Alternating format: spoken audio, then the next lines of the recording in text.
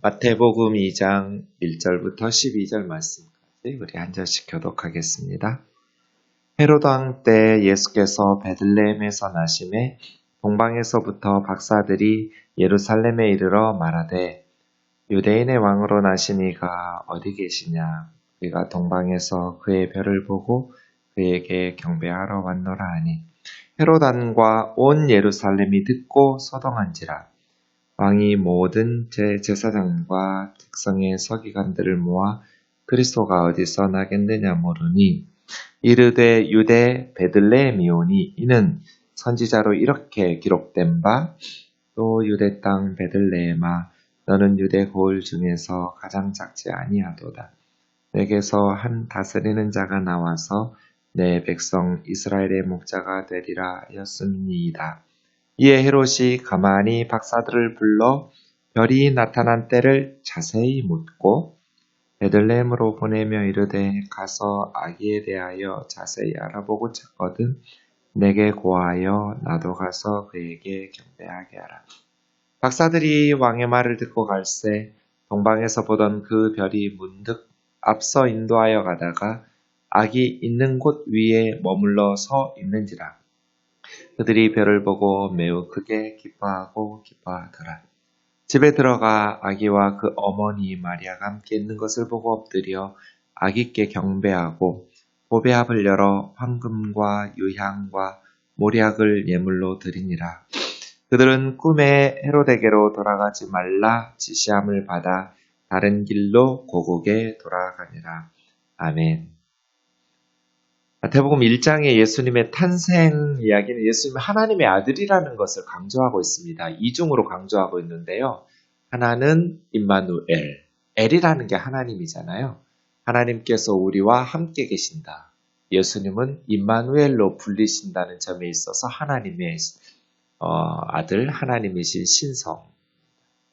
예수라는 이름도 그렇습니다. 백성을 자기 죄에서 구원할 자. 하나님 한 분 외에는 누가 하나님의 백성들을 구원할 수 있겠어요? 그래서 마태복음 1장에서는 성령으로 잉태된 하나님의 아들, 동정녀 마리아, 처녀의 몸에서 하나님의 능력으로 잉태되신 아기 예수, 예수님의 신성에 대한 기록으로 가득합니다. 그에 비해서 마태복음 2장에는 예수님의 연약한 인성의 모습들을 드러냅니다. 예수라는 이름은 한 번 나오지만 악이라는 단어는 9번 나옵니다. 예수님은 악이었고 그렇게 사람들의 도움이 필요한 갓난아기로서의 더더군다나 헤롯 왕이 죽이려고 할 때 하나님의 아들답게 하늘의 천군 천사를 호위받으면서 헤롯 왕의 위협으로부터 보호받는 것이 아니라 연약한 인성의 모습을 취하시면서 애굽으로 이집트로 피난 가셔야만 되는 그러한 모습. 우리가 예수 그리스도를 볼 때 어느 한쪽에 치우치지 않고 성경이 가르쳐 주시는 바 말씀 그대로 우리의 생각들을 말씀에 의해서 교정해 가는 과정이 필요합니다. 우리의 선입견이나 판단과 생각을 가지고 하나님은 이런 분이야, 예수님은 이런 분이야 라고 믿는 것이 아니라 우리가 가진 생각들을 하나님의 말씀에 의해서 교정해 가면서 바른 하나님이 우리 하나님 되기. 성경에서 가르쳐 주신 바 예수 그리스도께서 우리가 믿는 바 예수 그리스도와 동일한 그런 주님이시기를 원합니다. 그래서 2장은 어느 면에서 1장의 연속이면서 동시에 예수님에 대해서 신성과 인성의 모습들을 예수님은 100% 하나님이시고 100% 사람이셨음을 우리에게 가르쳐주고 있습니다. 1절에 헤롯 왕이 등장합니다. 이 헤롯 왕이라는 사람 2절에 보면 이제 동방 박사들이 유대인의 왕으로 나신 이가 어디 계시냐 이렇게 묻는데요. 유대인의 왕 사실은 유대인의 왕은 헤롯이잖아요. 그런데 헤롯 왕에게 유대인의 왕으로 나신 이가 어디 계시냐 이 헤롯은 가짜거든요.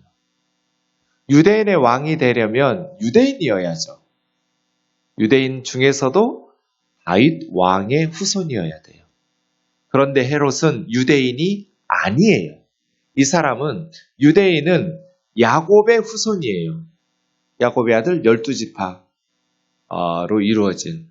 그런데 이 헤롯 대왕은 야곱의 쌍둥이 형 에서의 후손이에요. 에서의 후손들은 에돔이라는 나라를 이루었어요. 신약 성경에서는 이두메라고 불렀어요. 이 헤롯 가문 사람들은 이두메 출신이에요.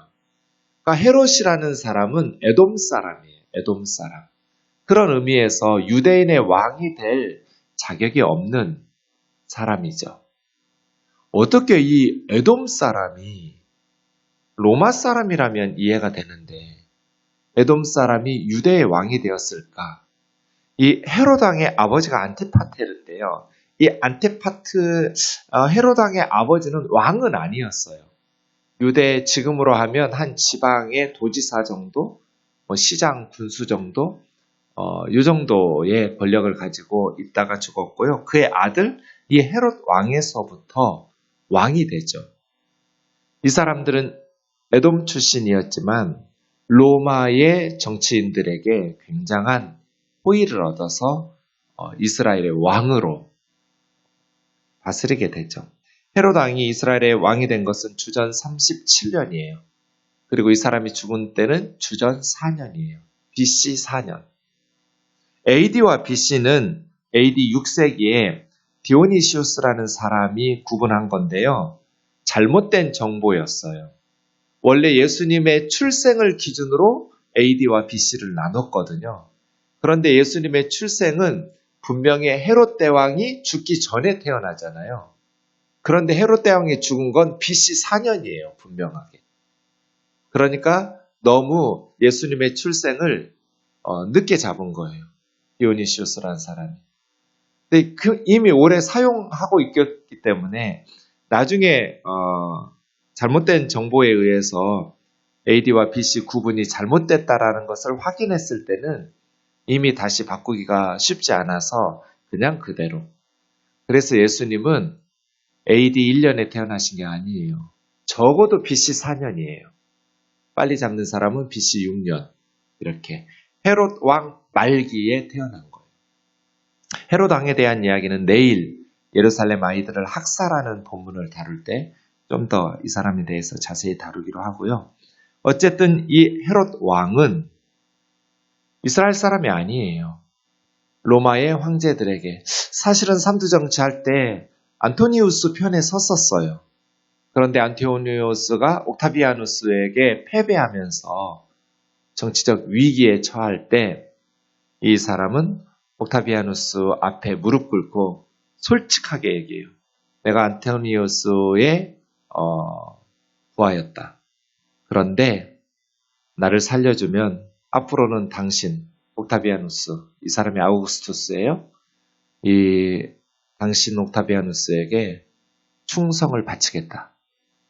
그 모습을 보면서 아우구스투스가 헤롯 왕을 죽이지 않고 자기의 원수의 부하였지만 살려주죠. 그리고 이스라엘 왕으로 지위를 주죠. 그런 의미에서 정치적 감각이나 배짱이 아주 두둑한 사람이에요. 헤롯 왕. 유대 베들레헴에서 나심에 베들레헴 하면 두 가지가 중요하죠. 하나는 베냐민이 태어난 곳이에요. 야곱의 12아들 중에 11명은 다 이방 땅 하란에서 태어났고요. 베냐민 12번째 막둥이만 약속의 땅 가나안에서 태어났어요. 이 베냐민이 베들레헴에서 태어날 때 그 어머니 라헬이 아이를 낳다가 죽죠. 두 번째는 이 베들레헴은 다윗이 태어나고 자란 다윗의 고향이에요. 그래서 오늘 본문에도 5절에 보면 선지자가 기록한 바 이 미가서 5장 2절에 미가 선지자가 예언했던 베들레헴. 원래 이 베들레헴의 더 오래된 이름은 에브랏이에요. 에브라다. 그래서 에브랏이라는 곳인데요. 나중에 이제 베들레헴 베이트라는 것은 집이라는 뜻이고요. 레헴은 떡이라는 뜻이에요. 떡집이죠. 떡집, 베이틀레헴. 그 베들레헴에서 태어나심에 왜요? 다윗의 자손으로 태어나시고 미가 선지자가 예언한 것처럼 거기서 메시아는 태어나셔야 되니까요. 특이하죠. 동방에서 박사들이 왔어요. 이 박사 마고스라는 사람들인데요. 마기라고 말하는 이 박사라고 번역한 말은 사실은 지금 천문학자라기보다는 점성술가에 가깝죠. 그 시대에는 이 동방은 아마 해 뜨는 곳이라고 해서 아나톨레라고 하는데요. 동쪽에서 해 뜨니까 동쪽이라고 번역하기도 하고 해돋는이라고 번역하기도 하는 어쨌든 메소포타미아 쪽이나 페르시아 쪽이나 지금 이란 쪽이나 이라크 쪽이나 그쪽에서 온 박사들 같아요. 아니면 인도 쪽까지는 너무 먼 것 같고요. 어쨌든 보통 구약에서 해 뜨는 곳이 그쪽이거든요. 그곳에서부터 천문학자, 점성술가, 박사라는 게 일리가 있는 게 이 사람들이 팔방미인이거든요. 다방면의 지식을 가지고 꿈도 해석해주고 또 아주 초보적이긴 하지만 병도 고쳐주고 의술도 베풀고 이렇게 특별히 이 사람들이 이제 별들이 새로 출현하거나 변화되거나 소멸되거나 이런 별들을 바라보면서 인류 역사를 점치는 어떤 개인이나 국가의 흥망성쇠를 얘기하는 점성술가들이에요. 성경에서는 이 별들을 섬기는 점성술에 대해서 매우 죄악시하고 금기시하는데요. 왜냐하면 해, 달, 별들은 신이 아니라 어떤 힘을 가진 존재가 아니라 피조물이니까, 물건이니까. 피조물이 인류 역사를 주관하는 것이 아니라 하나님께서 인류 역사를 주관하신다.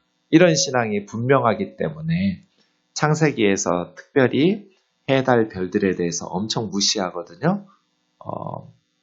그런 의미에서 이스라엘 신앙은 하나님 유일신, 해, 달, 별들을 섬기던 그 당시 사람들의 어떤 종교관을 깨뜨리죠. 그러나 하나님께서는 해, 달, 별들을 통해서 하나님께서 일하시는 것들을 계시로 보여주시기도 하죠.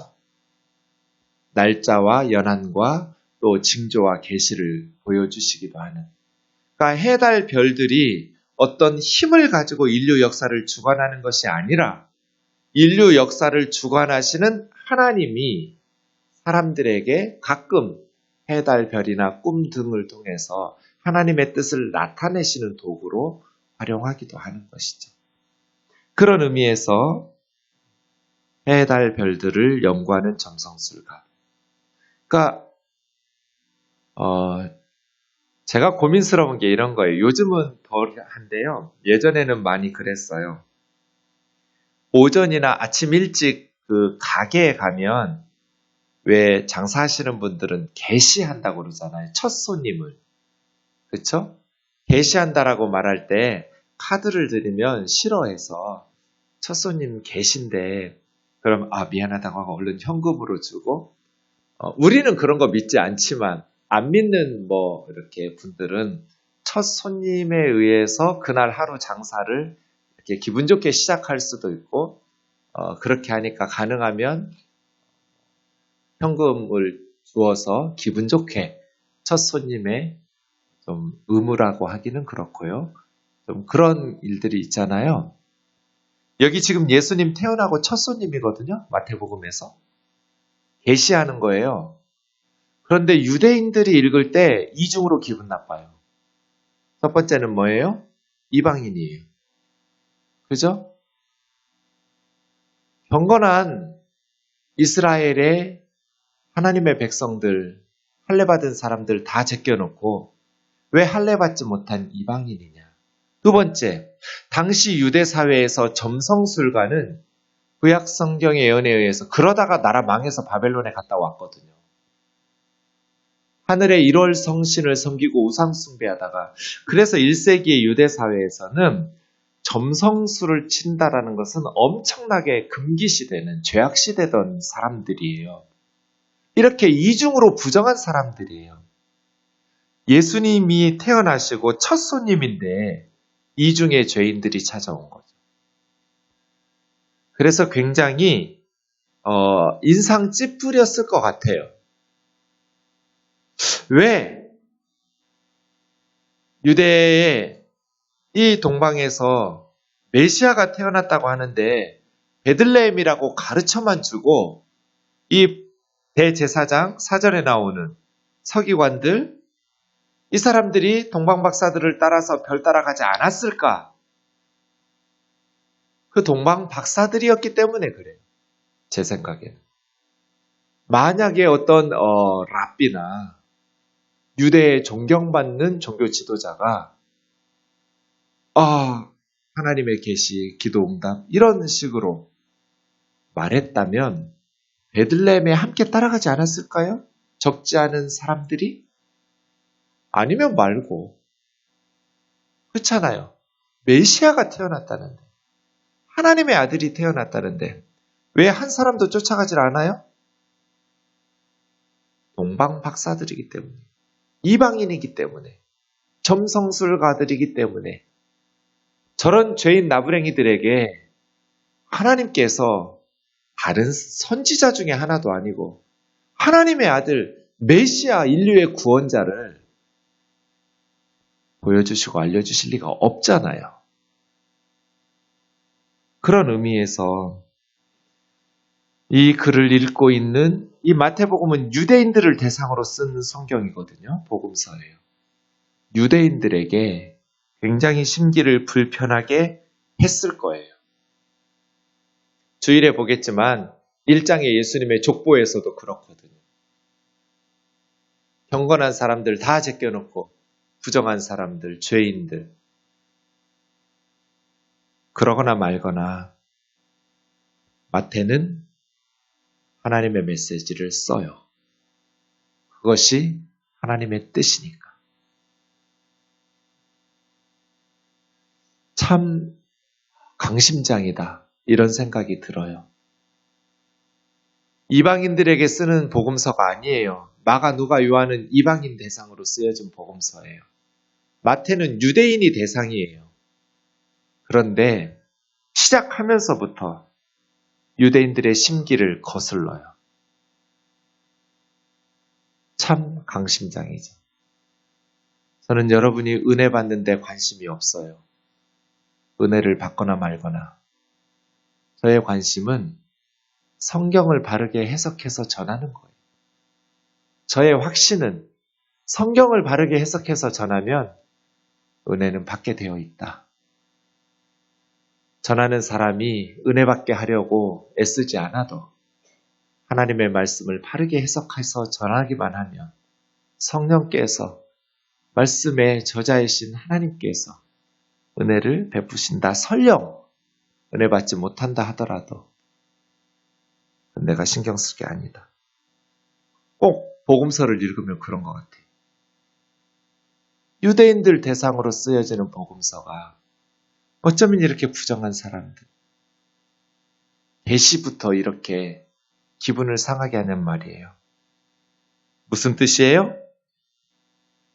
예수 그리스도는 유대인만의 구원자가 아니다.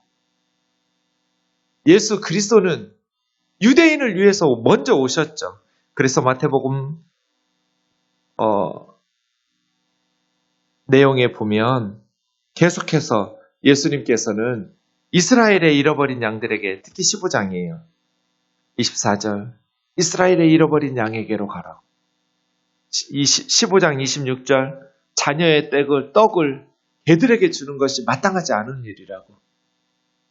그럼에도 불구하고 마태복음에는 수많은 이방인들이 예수 그리스도의 복음으로, 시작이 이방인들이에요.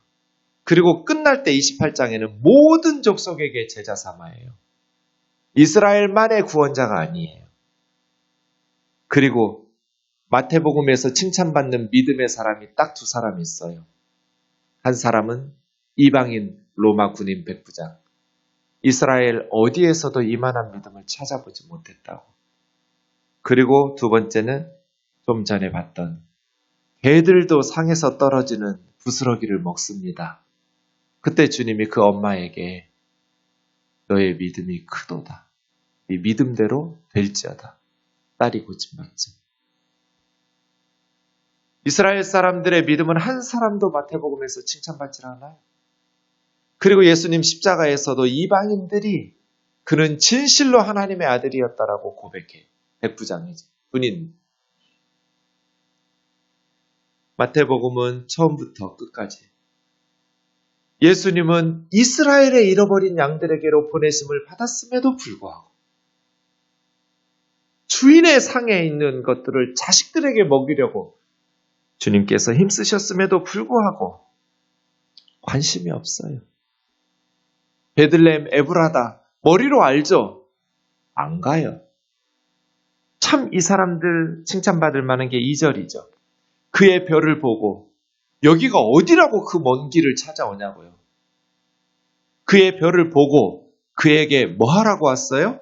이 박사들이 경배하려고 왔어요. 자기 아들은 어떤 정보를 가지고 부귀영화를 누리려고 온 게 아니에요. 엄청난 돈 들여가지고 황금, 유향, 모략 들고 와서 경배하고 가는 거예요. 여러분 그렇게 하라면 하시겠어요? 저기 우리나라 지방에 있는 도시도 아니에요. 외국이에요. 얼마나 갈지도 몰라요. 그런데 엄청난 돈을 쏟아 부어서 해외여행 온 거 아니에요. 황금과 유향과 모략을 들고 경배하려고 왔어요.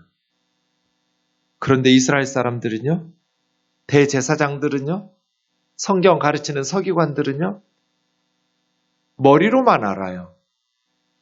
유대 땅 베들레헴이라고. 거기서 이스라엘의 목자가, 다스리는 자가 나올 거라고. 정답이죠. 그런데요, 경배하러 오지 않아요. 지금은 어떤가? 우리들의 모습 비슷하지 않을까? 우리는 예수님을 경배하러 오는가? 지금 우리는 그 예수님을 위해서 황금과 유향은 아라비아나 레바논 산지에서 나는 나무에서 추출한 향유예요. 리바노스라는 향수예요. 모략은 미르나라고 하죠. 미르나무 추출액이에요. 주로 좀 쓴맛이 난다고 하는데요. 그래서 방부제나 이렇게 마취제나 이럴 때 사용하는 것이 모략이에요. 황금과 유향과 모략의 예물을 들고 주님을 경배하러 오는 것. 우리 마음속에 우리 주님은 그렇게 소중한 분이신가? 우리 주님은 그렇게 나의 모든 것을 가장 소중한 것을 들여서 높여 찬송 받으시고 있는가? 그렇게 우리 주님 앞에 경배하며 찬송하는 저와 여러분 되기를 주의 이름으로 축원합니다. 기도하겠습니다. 사랑하는 예수님, 주님께서 태어나셨을 때 어쩌면 기대되었던 사람들은 하나도 찾아오지를 않고 전혀 예상치 못했던 사람들이 찾아와 경배하고 있습니까? 성경을 많이 알고 있는 서기관들, 율법 선생들, 바리새인들, 대제사장들, 기대되었던 사람들은 한 사람도 오지 않았지만 그러나 주님께서 그 마음에 감동을 주었던 주님께서 말씀의 계시로 또 하늘의 별의 계시로 가르쳐 주셨던 목자들과 동방의 박사들이 찾아와 아기 예수님께 경배하신 것을 봅니다. 사랑하는 예수님, 말씀으로 우리에게도 찾아오셔서 주를 경배하는 성도다운 성도 되게 하여 주옵소서. 교만한 마음 품지 않게 하시고 세상의 헛된 욕심 내어 버리게 하시고 오직 예수 그리스도를 경배하고 예수 그리스도를 높이는 우리 생동 교우들이 되게 하여 주옵소서. 예수님의 이름으로 기도하옵나이다. 아멘.